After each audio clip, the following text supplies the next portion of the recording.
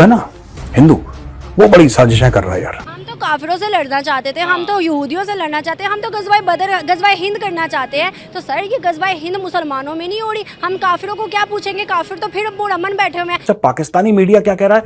Pakistani media ये कहता है कि साहब ये तो भारत की साजिश है, ये भारत की साजिश है, भारत ने हथियार दिए, भारत ने ये दिया, वो दिया, पैसा दिया, ऐसा दुनिया भर की चीजें ना शुरू से ही एक फिरका वारियत में डाल दिया गया है कि ईरानी जो है वो शिया हैं, सऊदी अरब जो है वो वहाबी हैं। इंडिया के अंदर पॉलिटिकल स्टेबिलिटी है। चाइना को फिर आप काफिर बोलते हैं? नहीं, चाइना काफिर नहीं है, वो चाइना काफिर नहीं है, ये आपने क्या बात कर दी? नहीं, चाइना पाकिस्तान का दोस्त है। जुलाई से बिजली महंगी कर दी जाएगी, बदले में IMF से 1 अरब 10 करोड़ की किस्त मिलेगी। देखें, अब हमें ना इन चीज़ों से लड़ाई, इंडिया से लड़ना है, मार कर उनको मारना है, इनसे हम लड़ाई करेंगे, इनको ये चीज़ें छोड़ देनी चाहिए। कि अब तो साडे मुसलमान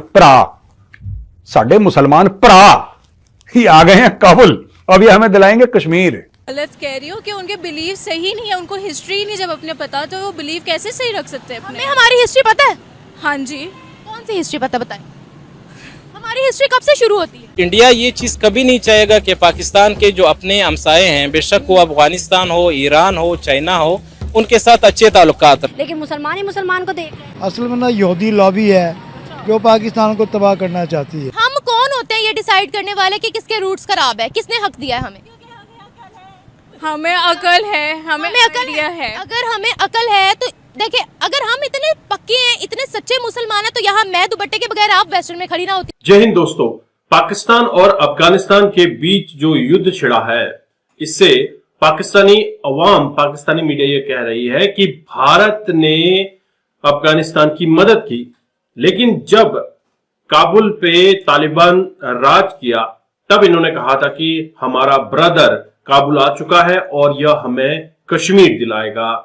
कश्मीर तो क्या, अब अफगानी और तालिबानी इनको इनके घर में आके ठोक रहे हैं। आए दिन आपको पाकिस्तान अफगानिस्तान बॉर्डर पे कैजुअलिटीज देखने को मिलती हैं, वहीं ईरान भी एयर स्ट्राइक इनके ऊपर कर रहा है।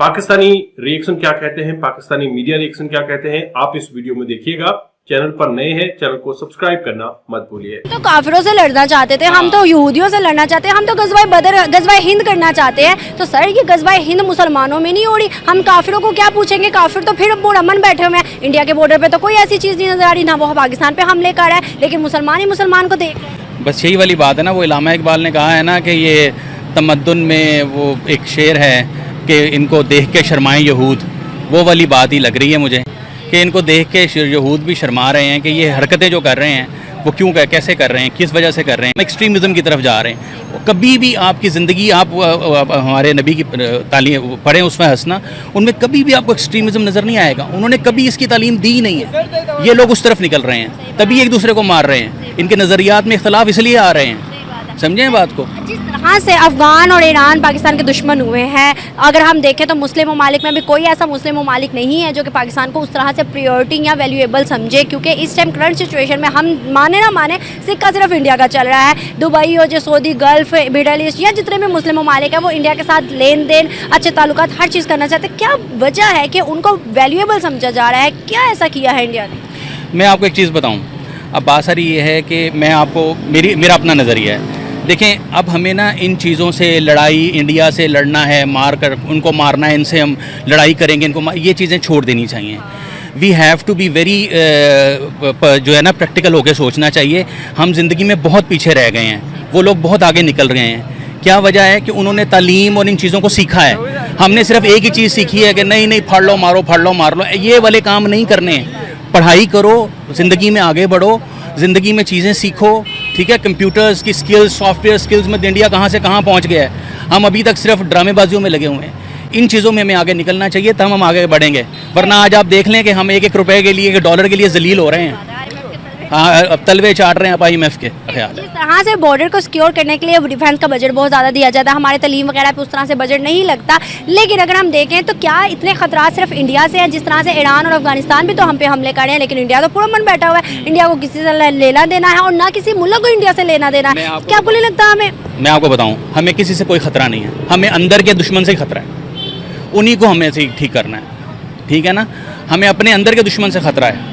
इंडिया से भी खतरा नहीं है, अफगानिस्तान से भी खतरा, अपने आप को अंदर से हम ठीक कर लेंगे ना जब अपनी तालीमात और वो, मैं मेन बात बता रहा हूँ कि जो सही रूह है ना हज़रत अकरम सल्लल्लाहु अलैहि वसल्लम की टीचिंग की, अगर उसको फॉलो कर लेंगे ना आप एक्सेल कर जाएंगे लाइफ में।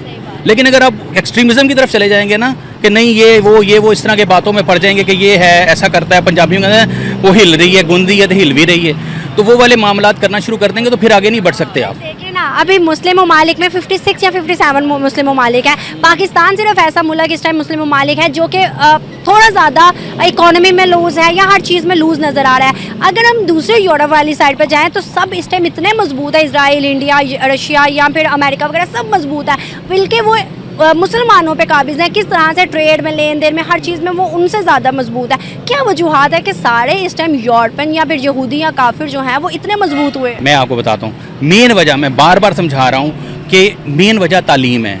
हमें तालीम आम करनी है, लोगों को तालीम सस्ती करनी है। के भी मौके वो जी, जो उन्होंने वो कहते हैं, वो उनकी एक पॉलिसी है कि आप एक पैनी अगर एजुकेशन पे लगाएंगे ना तो आपको 1 करोड़ रुपया उसके एवज़ में मिलेगा। हमारे यहाँ किताब से लोगों को शौक ही नहीं, किताब की दुकान खाली पड़ी होती है, कपड़ों की दुकान भरी होती है। तो जब ये इस किस्म का आपका माइंडसेट होता है ना, फिर जिंदगियों में लोग कौमें आगे। चीज़ यहाँ पर बड़ी मशहूर है, किताबें जो हैं वो ज़मीन और फट्टों पे लगाई जाती हैं, और जो कपड़े हैं वो शीशे के अंदर शो पीस बना के लगाए। क्वाइट राइट, आप बिल्कुल ठीक कह रहे हैं। ये सोचने वाला आदमी है ना? ये हमारे लिए बहुत, जिसे कहते हैं ना, मकाम है समझने का, सोचने का कि ये क्या हो रहा है। डॉलर को छोड़ो, हम डॉलर पर पेशाब करते हैं। अच्छा। ख्याल का इजहार है। चलिए, बहुत शुक्रिया सर आपका, thank you so much. China Mujahid है। उनके बिलीव्स के जो रूट्स ही खराब है तो वो कैसे मतलब वो चलेंगे? मुझे किनके रूट्स खराब है? हम कौन होते हैं ये डिसाइड करने वाले कि किसके रूट्स खराब है? किसने हक दिया है हमें? हमें अकल है, हमें अकल है। अगर हमें अकल है तो देखिए, अगर हम इतने पक्के हैं, इतने सच्चे मुसलमान हैं, तो यहाँ मैं दुपट्टे के बगैर आप वेस्टर्न में खड़ी ना होती। अब अगर कोई उठकर हम ये बातें कर रहे हैं, हमें सोशल मीडिया के, एक मिनट, हमें सोशल मीडिया आएंगे, उसके नीचे कमेंट्स आएंगे कि ये इतनी पक्की मुसलमान हैं, इनको अपनी हिस्ट्री पता है, तो ये कहीं से मुसलमान लग तो नहीं रही अपने लिबास से। अगर हमें ये कोई कहे तो हमें कैसा लगेगा, आप बताएं? क्योंकि देखिए ह्यूमैनिटी, अगर वो हम जैसे अगर ऑक्यूपाइड कश्मीर की तरफ देखें तो ह्यूमैनिटी फिर उसको वहाँ भी शो करनी चाहिए। क्या ह्यूमैनिटी वहाँ शो नहीं की?